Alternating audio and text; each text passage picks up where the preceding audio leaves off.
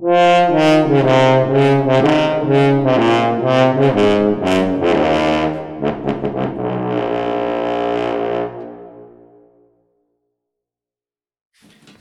for our next chapter, I'd like to talk about articulations, because I think for orchestrators it's always very tricky to find the exact articulation marking so that the musician really knows what you want. Yeah. And it's also tricky because not for every instrument it's the same. String players react a little bit differently to articulation markings than brass players or woodwind players. Yeah. And so what I would like to do is I wrote a little bit something down. I'll show it on the screen as well, where you have just a repetition of notes with all sorts of different articulations on them. And I didn't tell him anything about what I want. I'm just gonna see what happens if somebody reads this. Yeah. To have a comparison. And so if it's all right, could you please play first until, what is that, bar 8 or something? Okay. Only the quarter notes. Sure.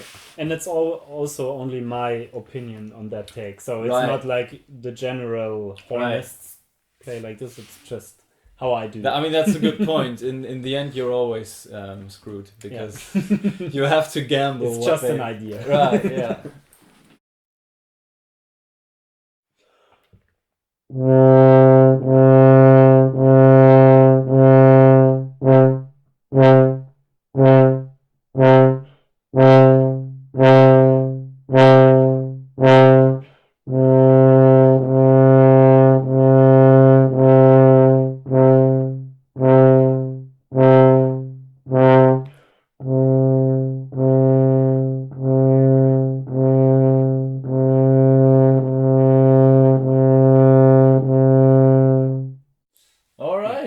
Very interesting.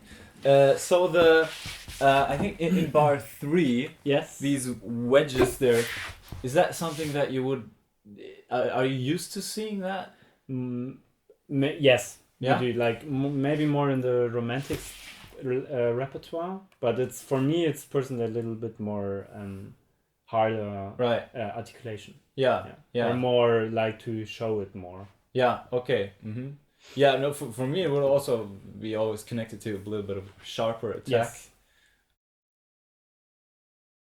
The bars after that are something that I find very interesting, because this is especially the ones on the bottom are some things that I have read them in scores, and to me they kind of make sense, and I've written them myself, but I've heard quite a few people, they read what I wrote and they were like, no, that doesn't make sense, that's kind of contradicting. And so I'd be curious if just without any more talking about it, to just hear what you make of this. Okay, so I play from here. Yeah, exactly. Thank you.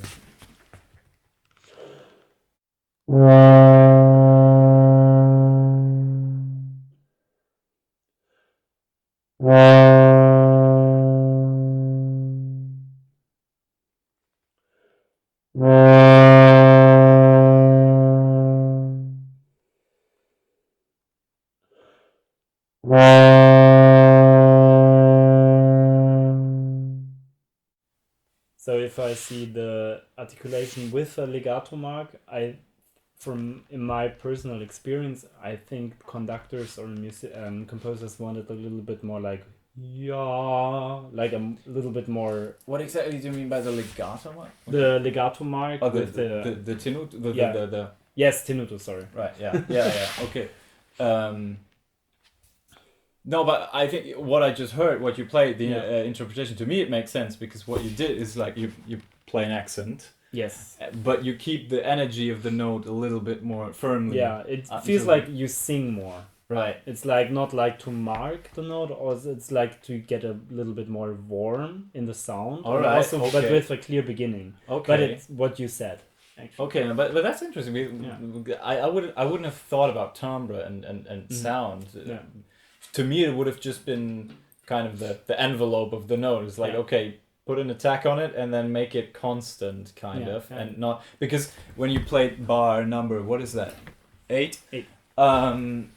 When you play that, it was more like, okay, you have an attack, but then it kind of slowly you fade out fades away because you're not important anymore. It's just like to show the note, the beginning, and then Right. like strings or woodwinds do have a melody or something over it. So That's a very good point. Yeah. Yeah, that is something very important to think about when you're writing music, because when you, especially film composers, when they're used to writing with samples and Yeah. producing their music in the box, these things don't just happen. You Yeah. have to actively do them. yeah, And sheet music doesn't necessarily give that away. yeah, The it's just like interpretation. it's just like also the like how we just developed our orchestra playing. Like it's just like for everybody who sits in a professional orchestra, it's just completely normal to Right, play like yeah, this. It's just absolutely. like how we produce the Yeah. sound and like how we listen to each other. Like Yeah. what's natural for us, maybe it's just like you can't see it on scores. Right. Yeah, absolutely. The normal accent and the Marcato Yeah. accent, it should be kind of obvious and clear for everyone, but I've heard many different people say different interpretations of Yeah. what they actually think that this means. So what would you say is it for you, the difference? Well, that's also not like a really easy answer, because like every composer also used it differently Right, that's the problem. in our repertoire. Yeah. So for this we have a conductor who says like, okay, we play Verdi now, or I don't know, so please, this Marcato means like forte piano Right. in Verdi's music. Yeah. But also like in Mahler it's completely something different. So but if I just see this, for me it just means like a very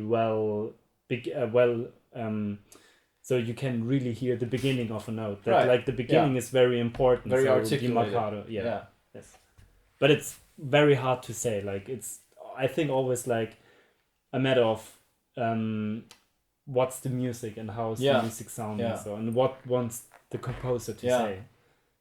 This is for concert situations. I think this is great because you have a rehearsal and you can talk Yeah. about it, and it's perfect.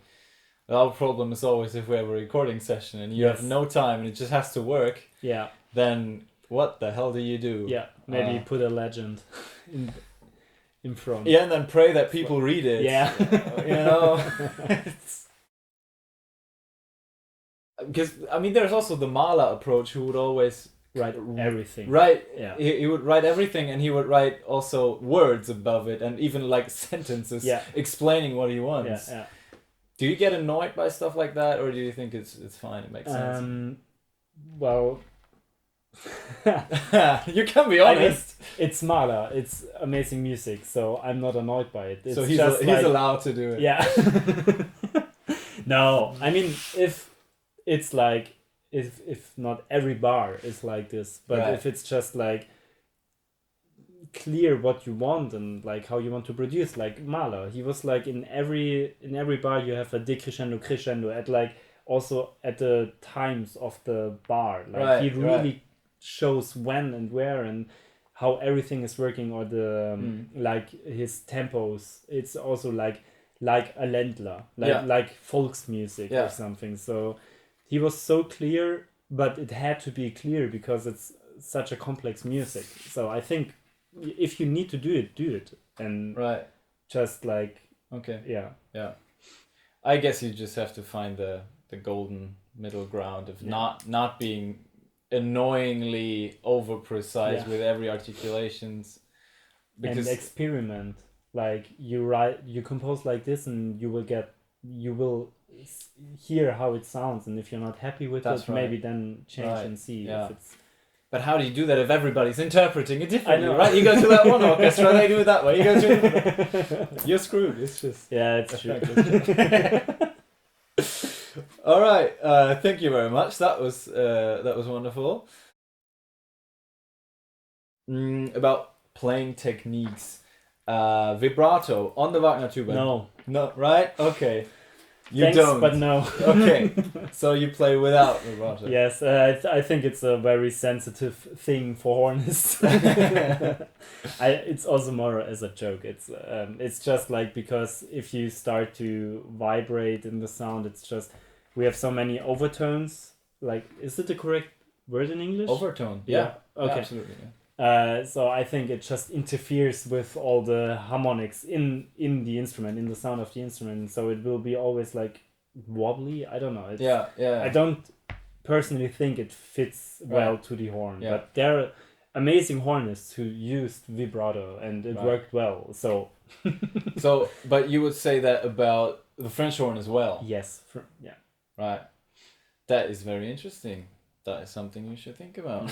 But you could also experiment with vibrato. I did. Yeah, I mean, for a special effect, of course, why not? Sure. But for general melodic or harmonic playing, I mean, if you're going for special effects, then everything's allowed, but like, I guess. when we play in the horn group, nobody uses vibrato. Yeah. It's just like everybody plays straight. Yeah. Like a straight sound.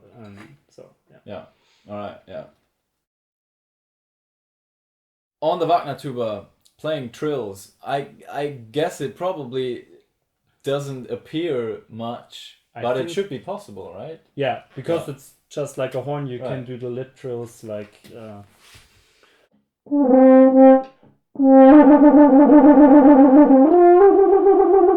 It's possible. Right, you like, even trill with your lips and not with the valves. Yeah, but you can also like. Yeah. Also, but it's like the lip trill is like on a French horn, like the because of the harmonic scales we can use these notes and trill like this. Is there anything better or worse than the other one? I think lip trills are a little bit more flexible. Mm-hmm. I don't know. It's more the traditional way from the natural horn, So because we didn't have like you can use it more flexible, like in a sound, in a speed. Okay. Like, okay. And you always hear like. Right.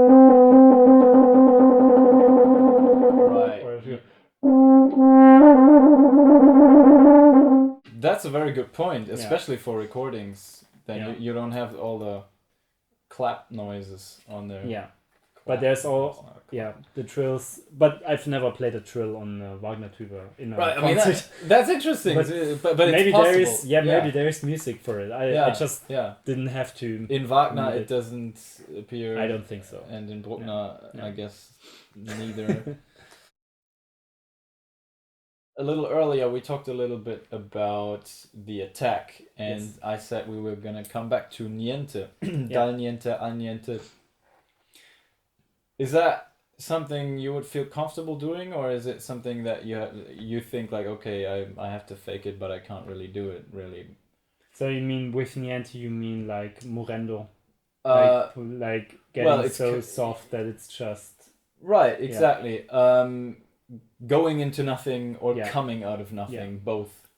It's doable. Like, for example, we just played the Bruckner 9th Symphony, and like the last note is just like you play one chord and it just like fades out, for example, and it's perfectly doable on the horn, on the tuba, also on the horn. Would you mind demonstrating that? For example, like I played the first F tuba, so it was like a concert B natural.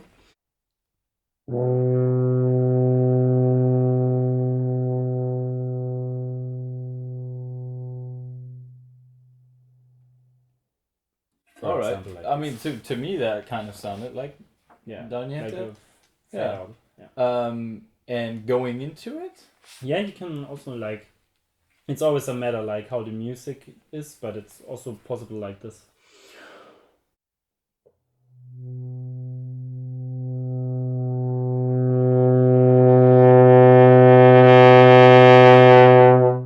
For example. Yeah, no, that was... The intonation was wobbly, but...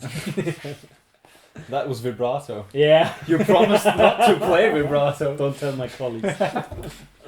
Okay, I think it absolutely works. And I think what I understood before is that it works a little bit better than on the French horn. In my opinion, I think yes, because you have less resistance in the instrument, so Yeah. you just can like move the air a bit slower and Yeah. with a big mass, Yeah. more mass. Yeah. So yeah. in my opinion, I think it's a little bit more easy. Nice. Yeah. All right. That's cool.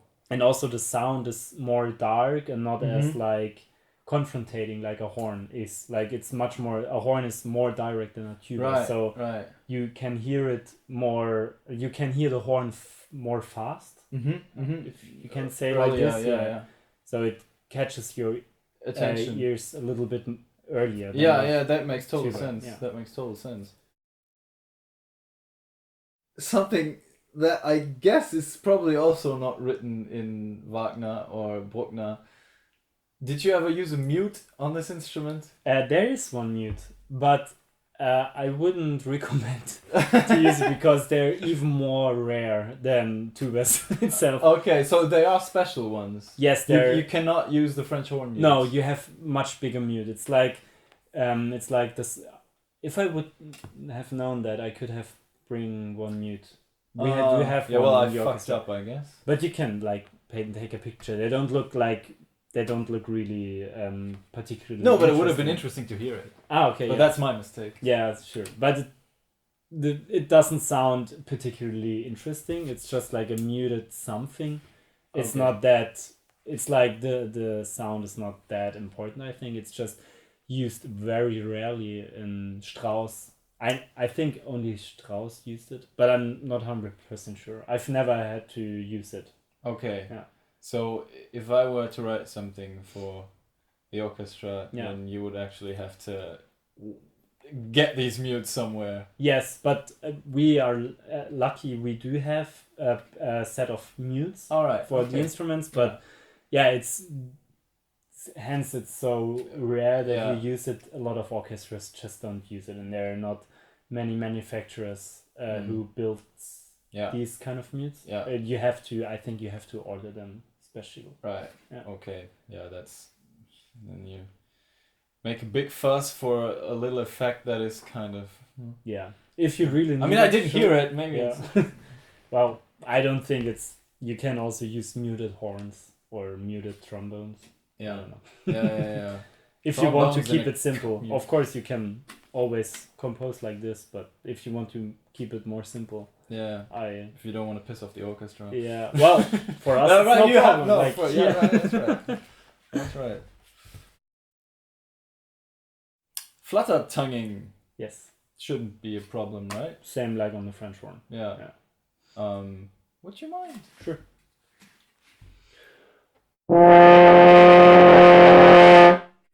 So That sounds nasty. Wonderful. Absolutely.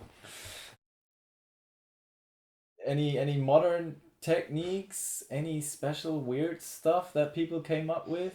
I'm sure some contemporary composers did come up with something. I've just never met it. All right. So Okay.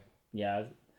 So you can do everything like on the horn. Yeah. Like technically you can do everything. So I'm sure like some composers will use it. All right. Yeah. Okay. There's also like this huge opera, Die Soldaten. They also use tubas, and I heard, I've never played it, that there are also very, very difficult and technical parts you have to play. For the Wagner Tuba. Yeah. Right. Now Josef will demonstrate a little repertoire excerpt for us very kindly, and it's the very famous Walhall motif from Das Rheingold. Yeah. So it's also like the first big entrance of the Wagner tubas, like in history. In actually, history. yeah.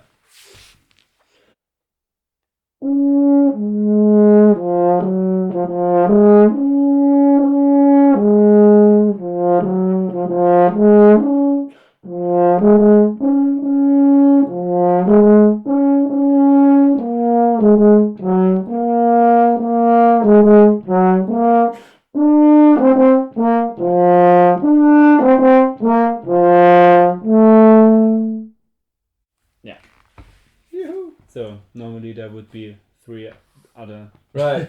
Yeah, you tubas you playing. didn't play the main line, right? Yeah, it's just apart from the first F tuba, but the melody is like this motif. Okay. Yeah. Okay, so there's one more excerpt from Strauss from the Alpensinfonie, right? Yes. Um, It's in the Thunderstorm. right. So it's like just to show that maybe like how Strauss sometimes used the tuba. It's like more fast and a little just different sound. Yeah.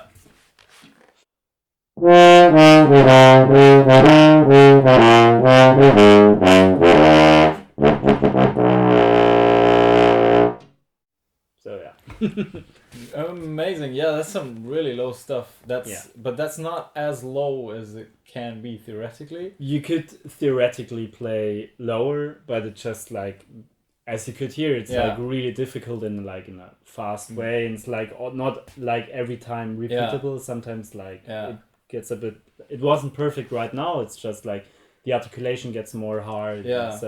And everything gets less precise and more wobbly and. So sometimes it works fine, sometimes not. It's like Strauss was just like putting really like the horns in a very extreme way. Yeah.